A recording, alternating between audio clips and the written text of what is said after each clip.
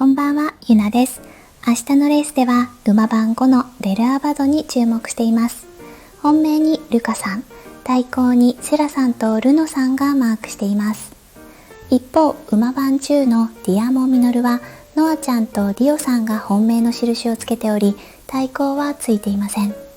それぞれの予想に耳を傾けながら静かに見守るのも一興ですね。さて、今日は温かい紅茶で心を落ち着かせています。